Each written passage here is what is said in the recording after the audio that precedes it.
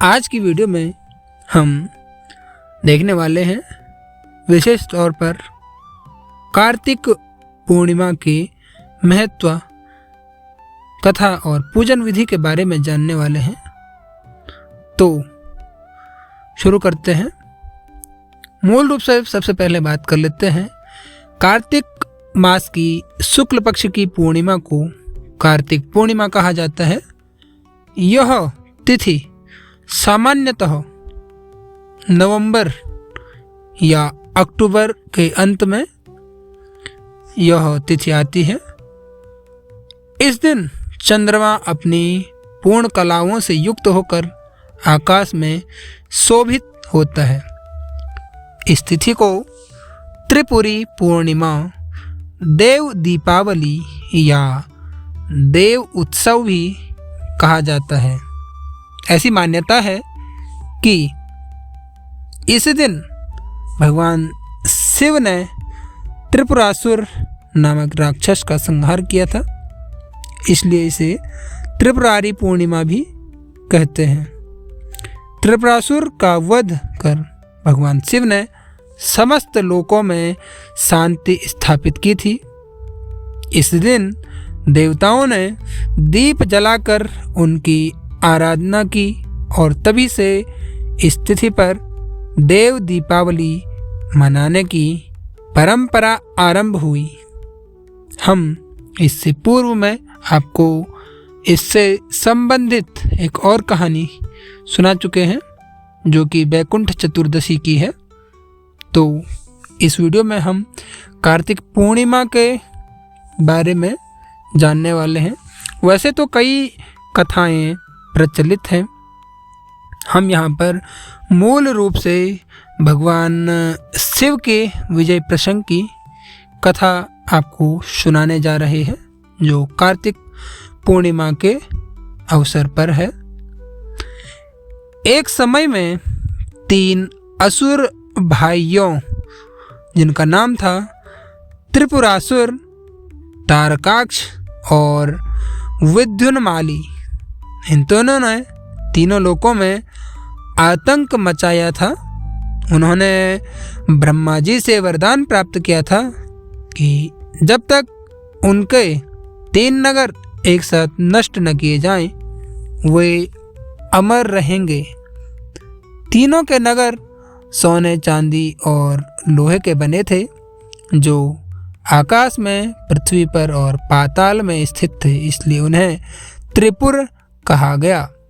देवता असुरों से पीड़ित होकर भगवान शिव की शरण में गए और भगवान शिव ने पाशुपत अस्त्र धारण किया और देवताओं के वाहन पर सवार होकर एक ही बाण से तीनों पुरों का विनाश कर दिया।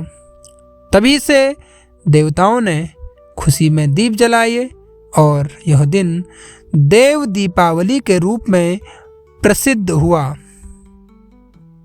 त्रिपुरम हत्वा त्रिलोकेषु दिव्यम ज्योतिर्मयम हरि, पूर्णमास्याम कार्तिक्याम दीपोत्सवम चकारसः। भगवान शिव ने त्रिपुरासुर का वध कर जब विजय प्राप्त की, तब कार्तिक पूर्णिमा की रात देवताओं ने दीपोत्सव मनाया। तो इस प्रकार से यह कथा आती है। आइए इस कथा का जो कार्तिक पूर्णिमा है, इसकी पूजन विधि मैं आपको बता देता हूँ। मूल रूप से इस दिन प्रातः स्नान के पश्चात, अगर आप किसी नदी के नज़दीक रहते हैं, तो जैसे गंगा, यमुना या किसी पवित्र नदी के नज़दीक आप रहते हैं, तो नदी में स्नान करना अत्यंत ही शुभ होता है। और यदि संभव न हो तो आप घर में ही गंगा जल मिलाकर स्नान कर सकते हैं। इसके बाद भगवान विष्णु और शिव दोनों की पूजा करें, दीप जलाएं, घर, मंदिर और आंगन में दीप दान करें और इसके साथ साथ आप मंत्र का जाप कर सकते हैं। ओम नमः शिवाय, ओम नमो नारायणम, या और एक और मंत्र है, दीप ज्योति परम ब्रह्मा दीप ज्योति जनार्दन हो। इस मंत्र को आप जो है बोल सकते हैं, इसका जप कर सकते हैं। संध्या के समय में दीप दान करने से अनंत पुण्य की प्राप्ति होती है। मान्यता है कि तुलसी विवाह के बाद आने वाला सबसे बड़ा स्नान पर्व कार्तिक पूर्णमासी का माना जाता है। कार्तिक मास में जल स्नान, दीपदान और दान करने का विशेष महत्व है। इससे ब्रह्मा, विष्णु और महेश तीनों देवता प्रसन्न होते हैं। इस दिन किए गए दान, वस्त्र, अन्न, दीप और जो भी आप दान करते हैं वह 100 जन्मों का पुण्य देते हैं। विशेष रूप से अगर काशी, पुष्कर, हरिद्वार या प्रयागराज में स्नान काफ़ी अत्यधिक महत्व रखता है। तो इस प्रकार से जो है इसकी पूजन विधि है। इस दिन विशेष तौर पर काशी नगरी में गंगा के घाटों पर लाखों दीप जलाए जाते हैं और ऐसा प्रतीत होता है कि स्वयं स्वर्ग पृथ्वी पर उतर आया हो। गंगा आरती और दीपदान का दृश्य बहुत ही अद्भुत होता है।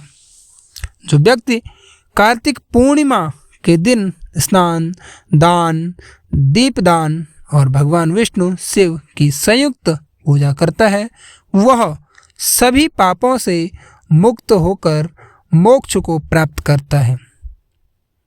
आप इस कथा से सीख सकते हैं कि अंधकार चाहे कितना भी गहरा क्यों न हो, भक्ति और दीप का प्रकाश उसे मिटा देता है। यह दिन प्रकाश, शांति और मोक्ष का प्रतीक है। तो आपको यह वीडियो कैसी लगी, अपनी राय आप हमें कमेंट करके बता सकते हैं। मिलते हैं किसी अन्य वीडियो में, तब तक के लिए धन्यवाद।